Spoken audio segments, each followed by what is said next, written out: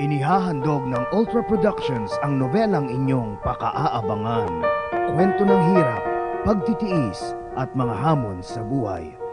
Si Jacob, isang musikero sa club na ihiniwalay ng kanyang propesyon sa kanyang mahal sa buhay. Oo, isa akong musikero sa club na ihiniwalay ng propesyon ko sa mahal ko sa buhay. Si Johnny, isang mapagsamantalang club owner na humahad lang sa kaligayahan ni Jacob at ng kanyang mahal sa buhay. Sinasabi mo bang ako ay isang mapagsamantalang club owner na humahad lang sa kaligayahan mo at ng mahal mo sa buhay? At si Julie, isang waitress sa club, siya ang ugat ng pagmamahalan at di pagkakaunawaan, bunga ng maling pag-aakala, pagbibintang, paninisi, kapabayaan, kawalan ng tiwala at di pagkakaunawaan ng dating matalik na magkaibigang sina Jacob at Johnny na pareho niyang mahal sa buhay. Tama.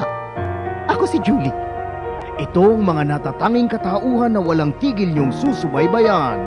Joy in My Heart.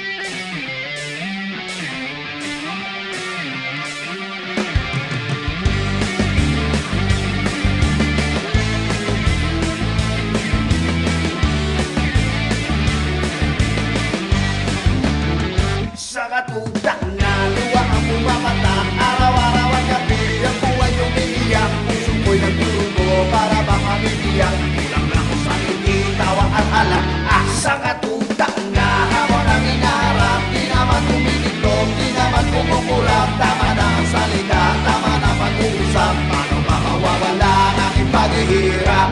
I can win with joy in my heart, deep, deep down in my heart. I can win with joy in my heart, deep, deep down in my heart. J-O-Y, joy in my heart, deep, deep down in my heart. J-O-Y, joy in my heart, deep, deep down in my heart.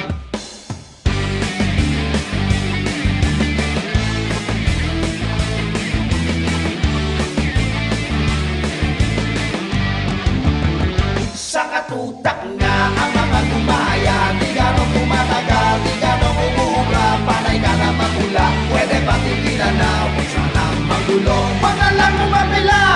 I can win with joy in my heart, deep, deep down in my heart. J-O-Y, joy in my heart, deep, deep down in my heart.